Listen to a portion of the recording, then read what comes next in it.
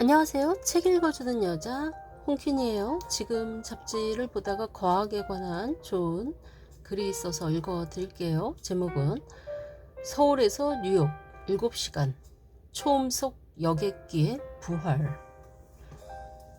국가 간 이동이 갈수록 빈번해지는 가운데 초음속, 즉 음속 340m/s보다 빠른 속도, 초음속 여객기가 부활을 앞두고 있다. 여행시간 단축에 대한 대중적 욕구가 크고 그만큼 기술도 발전했기 때문이다. 선봉에 선 미국 항공우주국 나사의 시험 비행체 X-59로 수년간 방산기업 록히드 마틴과 함께 개발해왔다. X-59를 이용할 경우 서울에서 미국 뉴욕까지 평균 14시간 걸리던 비행시간을 7시간으로 줄일 수 있다. 초음속 여객기의 목적은 대륙과 대륙 사이의 이동 시간을 짧게 줄이는 게 핵심이다. 나사는 올해 안에 미국 도시 상공에서 X-59의 첫 시험 비행에 도전할 계획이다. 한동안 꺼져 있던 초음속 여객기의 불씨를 X-59가 되살리고 있는 셈이다. 초음속 항공기는 이미 선보인 바 있다. 영국과 프랑스가 공동 개발했던 콩코드, 즉 프랑스어로 조화, 화합. 콩코드가 그것이다. 콩코드는 1969년 10월 1일 수평 시험 비행에서 음속을 돌파한 뒤 7년 만인 1976년 1월에 대서양 항로를 오가는 상업 비행을 시작했다. 해발 18,000m의 성층권을 마하 2의 속도로 날아 7시간 이상 걸리던 파리에서 뉴욕 간 비행시간을 3시간대로 앞당기는 계가를 이뤘다. 문제는 음속을 돌파할 때 공기와 부딪히는 저항력이 일반 여객기보다 4배나 커서 소닉붐이, 즉 음속 폭음이 운항에 큰 걸림돌이었다. 사방으로 울려 퍼지는 굉음은 사람들의 불안감을 불러일으켰고 창문이 깨지는 등 건물 피해도 속출했다. 이 때문에 지상과 가까운 거주 지역에서는 초음속 비행이 금지됐고 운항 노선도 대서양 상공 비행으로 제한됐다. 요금도 너무 비싸 결국 2003년 4월 운항 중단이 발표됐고 그해 10월 24일 완전 퇴역했다. 이 때문에 다시 추진되는 초음속 여객기 X-59의 가장 큰 화두는 저소음이다. 소닉붐으로 인한 음속 장벽 제한을 넘어설 수 있도록 X-59는 조용한 초음속 여객기로 설계됐다. 마하 2로 운항했던 콩코드의 비행 소음이 천둥 소리 수준인 105dB이었다면 X-59는 75dB까지 줄여 소닉붐 현상을 최소화했다. X-59는 음속을 돌파할 때 공기 입자의 움직임으로 발생하는 충격파를 차단하도록 설계되어 있다. 이 때문에 자동차 문이 닫힐 때의 쿵 소리나 농구공을 바닥에 튀기는 소리 정도의 소음만 발생한다. 지상에 있는 사람들에게 소음 피해를 주지 않는다는 얘기다. X-59의 목표 속도는 마하 2에서 4 수준이다. 마하 2의 속도면 뉴욕에서 런던 구간을 3시간 이내, 마하 4의 속도면 1시간 반 안에 비행할 수 있다. 나사는 이미 마하 2의 속도를 실현하고 있고 최대 마하 4의 속도로 상업용 비행이 가능한지를 조사하고 있다.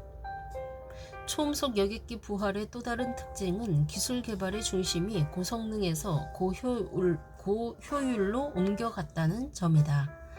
안전성과 경제성, 편의성을 얼마나 갖추느냐에 따라 소비자의 반응이 크게 달라질 수 있기 때문이다.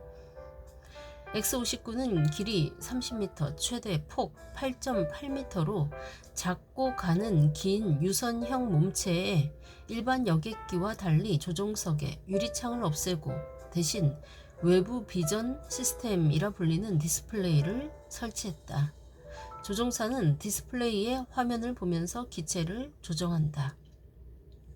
나사는 X-59에 적용된 조용한 초음속 기술이 기본 설계대로 성능을 발휘하는지 시험 비행에서 제대로 검증할 예정이다. 시험 비행은 2026년까지 이어진다. 또 시험 비행 지역을 지역 사회 상공 비행 단계로 전환할 계획이다. 미국은 현재 지상 초음속 비행을 금지하고 있어 대서양, 태평양 등 대양만 횡단할 수 있다. X-59가 아직 선택되지 않은 지역 사회 상공을 시험 비행할 때 지상 주민들의 소음 반응을 수집하고 시험 비행이 끝남과 동시에 모든 반응을 정리할 방침이다. 이 자료를 토대로 2027년엔 초음속 여객기가 육지에서도 비행할 수 있도록 미국 정부 당국과 초음속 비행 금지 규정 개정에 관해 논의하고 새 규정을 만들 계획이다. 계획이 순조롭게 진행되면 항공 여행의 역사적 이정표가 될 것이라는 게 나사의 설명이다.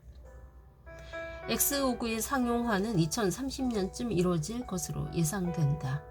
시험 비행에 앞서 이뤄진 나사의 사전 연구 결과를 보면 전 세계적으로 50개 정도의 도시 간 노선에서 초음속 여객기 도입이 가능한 것으로 나타났다. 대양을 횡단하는 항로만을 조사한 결과다. 초음속 여객기, 초음속 항공기 개발에는 미 공군도 나서고 있다. 물론 특수작전, 정찰용, 물류용, 고위층 이송 등 군사적 목적을 위해 이루어지는 개발 작업이다.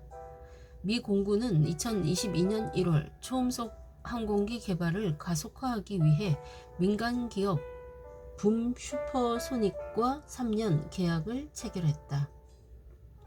100% 지속 가능한 연료로 작동하도록 설계돼 운항 첫날부터 넷제로 즉 탄소 중립이 될 친환경 항공기다.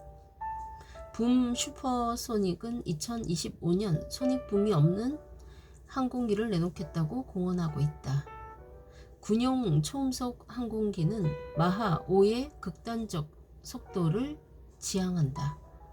우리나라 공군도 초음속 항공기 KF-21 보라매를 독자 개발해 국산 항공기 개발사에 이정표를 세웠다.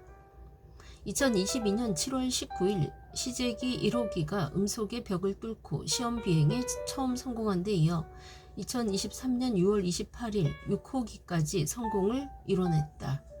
이로써 한국은 세계 8번째 초음속 전투기 개발 국가의 반열에 올라섰다. 2026년까지 공대공, 2028년까지 공대지, 무장 능력을 갖춰 2026년에서 2028년까지 40대를 초도 배치할 계획이다.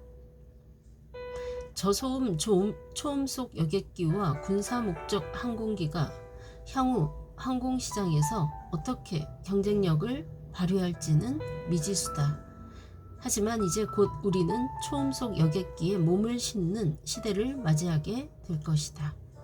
비용과 편익 사이에서 고민하는 소비자에게 초음속 여객기가 어떤 가성비를 제공할지 주목된다. 네, 이상입니다.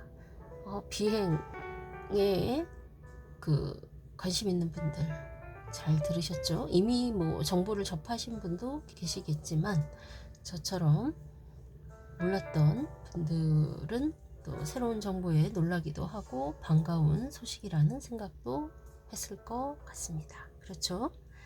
네, 이 글은 과학 칼럼니스트 김형자님의 좋은 글이었습니다. 네, 지금까지 책 읽어주는 여자 홍캔이었습니다. 감사합니다.